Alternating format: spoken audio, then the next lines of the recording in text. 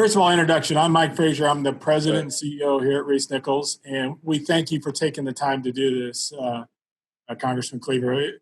What we're trying to do is create a video series that introduces and probably helps promote to our agents, our clients, our employees, community leaders within Kansas and Missouri. And so a little bit about ReeceNichols. We're a Kansas City company, but we've expanded now into Springfield and Branson. So we cover a large portion of the state of Kansas. So we're trying to give everybody more and more information about our community leaders, but also why the community leaders are here and what do they think about our community. So I think you got the list of questions, so we'll just go through these and I'll get your feedback. Sound good? Okay. Yeah. Sounds good to me. So first question, you led a very successful congregation and church here in the city, and what made you want to make the leap into public service? Well, I was born in Texas. I was born in a little town. Actually, it's 26 minutes from downtown Dallas. But when as a kid, I thought that was like going all the way to California from Texas. But my family came from East Texas, and for whatever reason that I still don't understand, a large number of the men in our family had gone into the ministry. My grandpa, and he had two brothers, one of which became a bishop in the Church of God in Christ, and then my uncle, my first cousin, once removed, which is my parents' age. And then I had, some of them became rather well known. So I wasn't going to do it. I wasn't going to go into ministry, in spite of the fact that my grandpa used to squeeze my head and say he was going to shape it like the head of a minister. And he was serious. So I think there must be, at least in his mind, that was the shape of a head. I went through high school.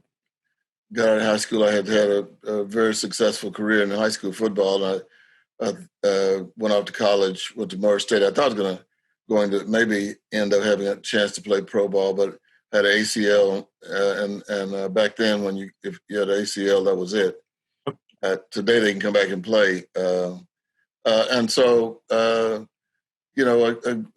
We were poor. I lived in public housing. I lived in a shack before that.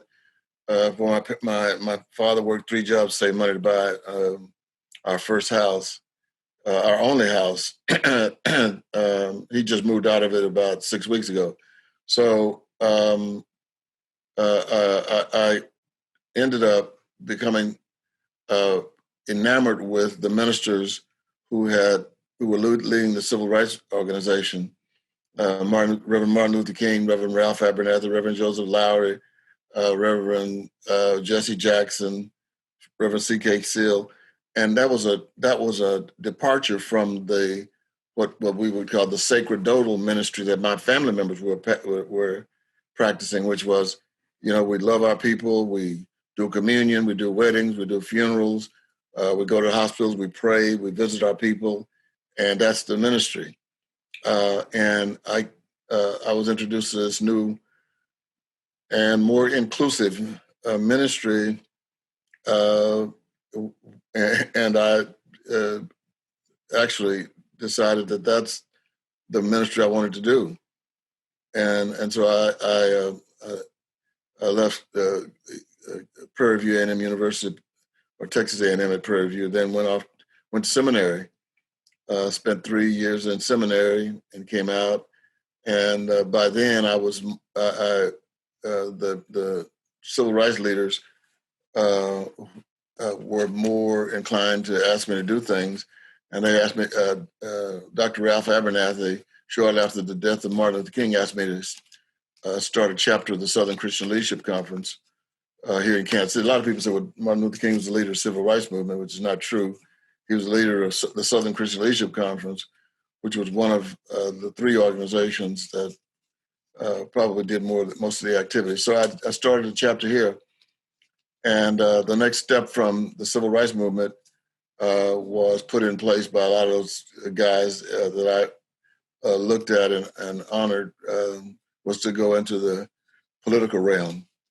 So I ended up running for the city council and then pastoring the church at the same time. The church was growing, so the bishop tolerated me doing both, and so I now have a theology that says that the world is my parish, which was the declaration of the founder of the Methodist Church, John Wesley, who was not trying to found a church, but a denomination rather, but he did.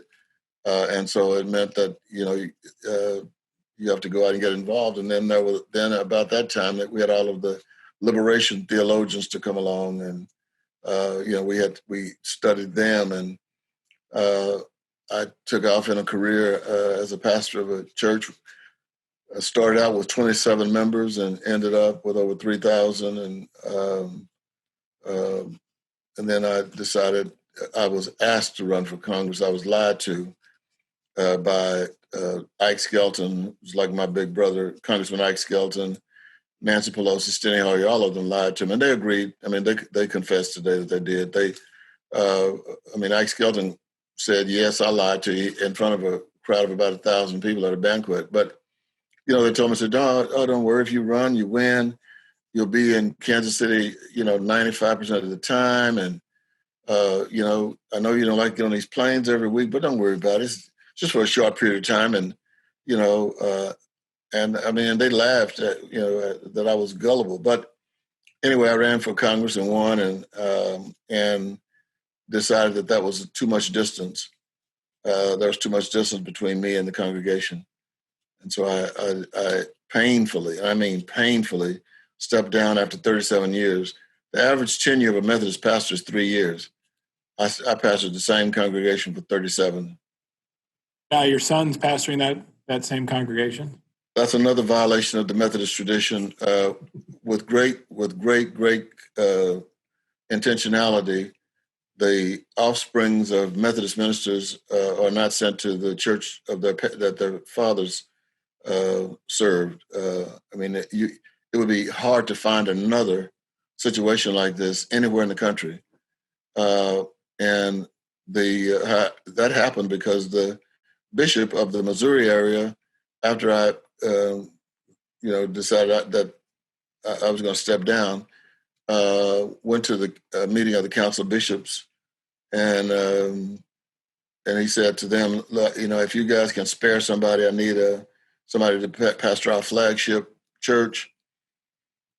And, if you guys have somebody you think can step in and start, continuing the work immediately, I'd like to get permission to talk with him or her.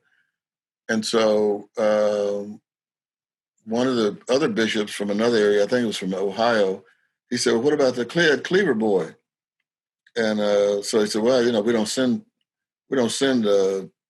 sons to follow their fathers. We just don't do that. That's what the Baptist church does. And so the bishop said, well, can I have the little Cleaver boy? And so the bishop said, well, no. And so he said, well, you're not going to use him in your flagship. I want him. And then another bishop said, no, I'd like to get permission to talk to him. And so it was at that point that the bishop in the Methodist in the Missouri areas made the decision, if I don't take that Cleaver boy, then I'm going to lose him from our conference. So that's how that happened. I never gave one single response to a question about who did I think should come along. But they'd ask, well, who do you have? You going to recommend somebody? No, never did recommend my son. It's got to make you really proud. I feel very good about it because he stepped right in, and he's better educated than me. He has his doctorate degree, and he's got a reputation nationally for being a great preacher. And my wife and I are just thrilled, especially because I didn't have a role Yeah. and its selection. Right. Well, you mentioned a little bit about travel. I know you travel a lot. So, what do you miss most about your home that you're in now when you're on the road? Well, just about everything. I live in the Methodist building in Washington. It is the only non-government building on the Federal Mall. You got the the Senate buildings, and you got the Capitol, you got the House office buildings, you got the Library of Congress, Supreme Court, and then there is out of place the United Methodist building. And the Methodists bought it in 1925 when nothing else was around there, and held on to it and developed it. And so I live there, and it's a very nice little apartment I have. But it's not home, and I miss. My wife was the first thing I missed in my German Shepherd, and and it's a situation where I talk to my wife every night at 10:30 on the phone, and so more than anything else, I miss my family. Um, and I'm not a person that goes out. So it's it's not as thrilling as some people might think. I mean, up there I don't have a car, so I'm Ubering, taking a taxi where I need to go, and we're responsible for everything: housing, food, everything. So I find that it's a comfortable place in terms of living and sleeping. But I miss home. Anybody who doesn't miss home, I think, is dangerous in Washington unless their family is there. So, how long have you lived in Kansas City? I came here the week after I left college. I've been in Kansas City 51 years.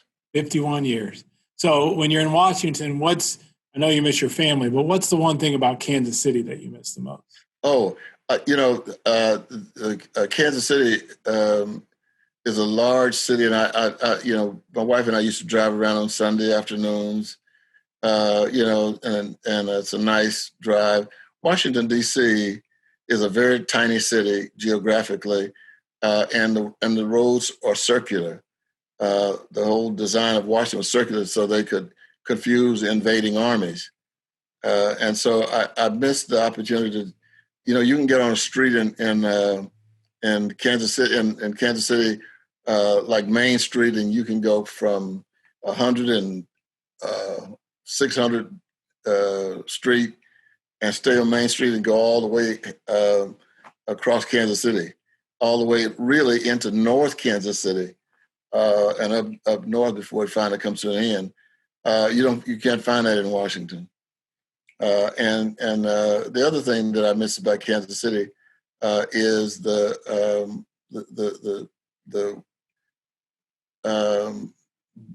camaraderie here in Kansas City. Is a little different than in Washington, and people here, for the most part, are not trying to impress you. In Washington, everybody is trying to be somebody. So anytime people take any time to talk with you is because they either think you are already somebody or you're going to be somebody. And Kansas City is infinitely more friendly and than Washington, D.C. Kansas City is the largest small town in America. Really is. Really is. So you've lived here twice as long as you lived in Texas, right? So Kansas City is home now. This is home. I am no longer a Texan. No longer a Texan. I'm no longer a Texan. No Cowboy, no Dallas Cowboy hats for you, right? No, oh, absolutely not. And my father, thank God, is a Kansas City Chiefs fan. And I went to school with some of the early Chiefs, Otis Taylor, who was all-state quarterback in Texas, and Jim Kearney, who played safety for the Chiefs, and some other guys who lesser known went to other teams like Seth Cartwright with the Jets, and the guy who actually destroyed my knee, Benny Allen, went on to play with the New Orleans Saints. And so, when I came, I at least knew 2 or 3 of the members of the Kansas City Chiefs, and stayed friends with them over the years, remained friends. That's awesome. So when you moved here, when did you first become a homeowner in Kansas City? Well, you have to understand that when we moved out of the projects, my father preached owning a home. I mean, my father will tell you today that the best thing you can do is own your own home, and it develops pride. My father, even in his early 90s, would go out every day. And in Texas, temperature could be 110, and he'd be out in his yard pulling weeds up.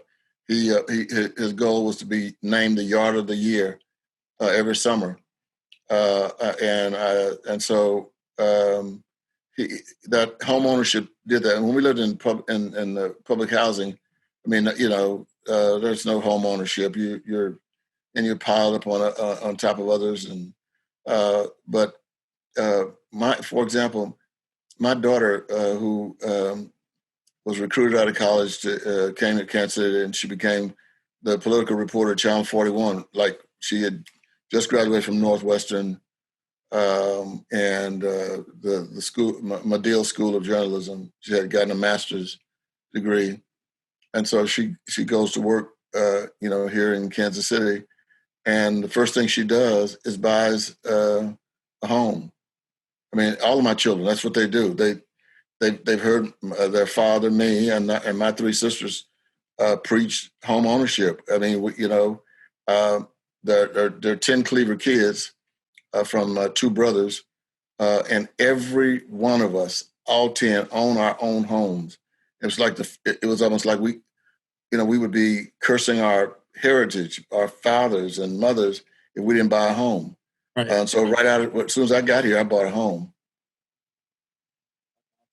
So here's a question. If you were going to remodel one room in your house, what would you remodel and what would you do? The kitchen. I would make it more of a sitting room, because growing up in Texas, the kitchen was. I mean, that's where we hung Everybody out. goes to the kitchen, don't they? Yeah. Everybody gathers in the kitchen. And so I'd make it a little larger and a little more homey. But yeah, I grew up. That was it. You come to the kitchen. That's where you go. That's right. So, you touched on a little bit in your family, everybody's buying homes. There's a report by the Urban Institute that the gap in black and white home ownership is greater than it was prior to the Fair Housing Act. And it's standing at 30 percentage points. So what can we do, ReeceNichols do as a company, to help change that in Kansas and Missouri? What kind of message, what kind of things can we do or partner with you to do to change that so that people realize that value of home ownership? Right. Well, the reason the disparity is as great as it is today is because it wasn't that bad. I mean, it was bad, but it wasn't where it is now until the recession, the Great Recession of 2008, and that was for African Americans. That was the whole system of wealth transference, and so, but with there's not been a recovery from that. I think the best thing that we all can do right now is to try to make sure that we have. It's more my job than yours. We have a healthy economy, because when you own a home, and I've seen this. I grew up in public housing. I've got photographs from my childhood. I knew everybody over there, and I knew the people who would kill you just as quickly as they could, call your name. And I knew a guy who could shoot you and then go buy a hamburger. And you get a home, and you are part of the American society. All these studies have shown if you go to a prison and you start conducting a background study of people who are in prison, the overwhelming majority of them, black and white and brown, were not homeowners.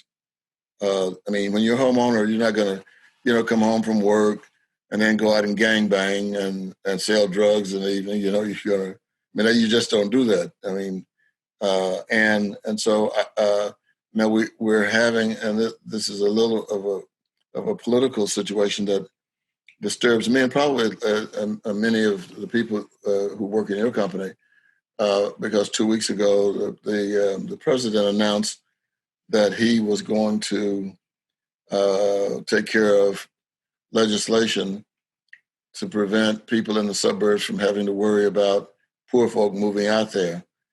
And when I heard that on the news, I had about 7 or 8 minutes of extreme pain and some anger. I thought those days were over, and so I think companies like yours, the respectable companies, as far as I have seen, are not practicing, exclusionary selling. If somebody got the money to buy a house, that's what happens. And I'm hoping that that this new deal that you can see now on TV, that statement I just made, hopefully hopefully that won't be. I'm sure that there are some people who are buying it because they wouldn't have done it if anything had worked. But I'd love to believe, and I want to believe it deep down in my soul, that those things will appeal to a small, inflexible part of the society, but the overwhelming majority of people, I believe, will reject that. And I just, I haven't.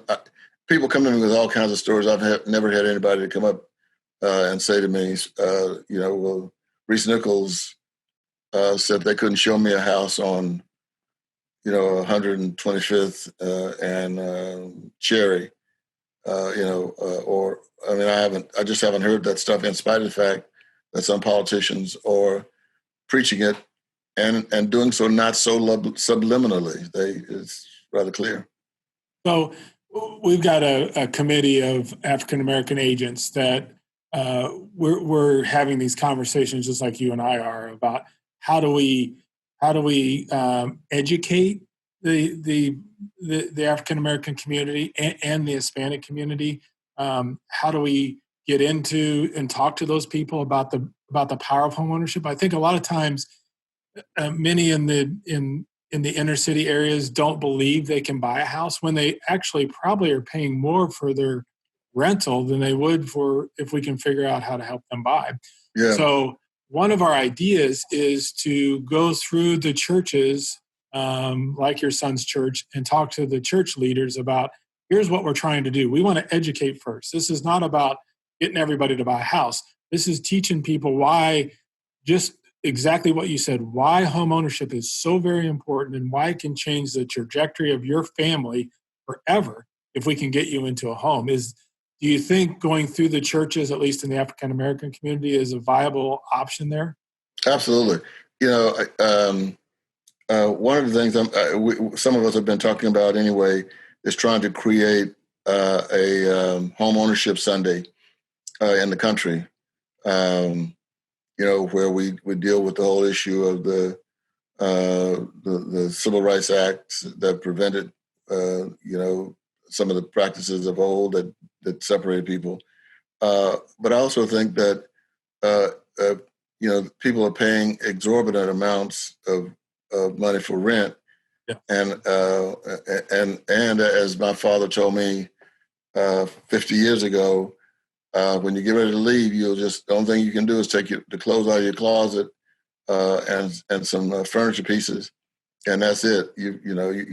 And so I think we've got to make sure that people understand that what you just said, they can become homeowners, and that they can do credit repair in order to become a homeowner. And I think at this point, particularly since the economic collapse of 2008, I think a lot of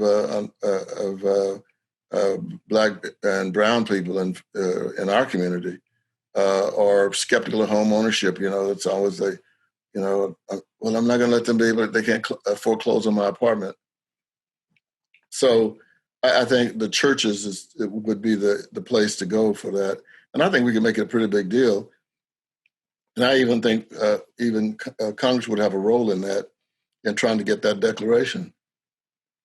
Great. Well, I will be a resource for you. We're all in on this. We think, as a company, we need to make sure that everybody knows the value of home ownership across, not just white people, not just brown people, not just black. Everybody needs to see what that is. And it doesn't matter for us if you're buying a $40,000 house or a $400,000 house. We want to make sure that you find that place. And you referenced it before. It's the place you call home. It's where you rest. It's where you raise your families. It's an important piece of Americana.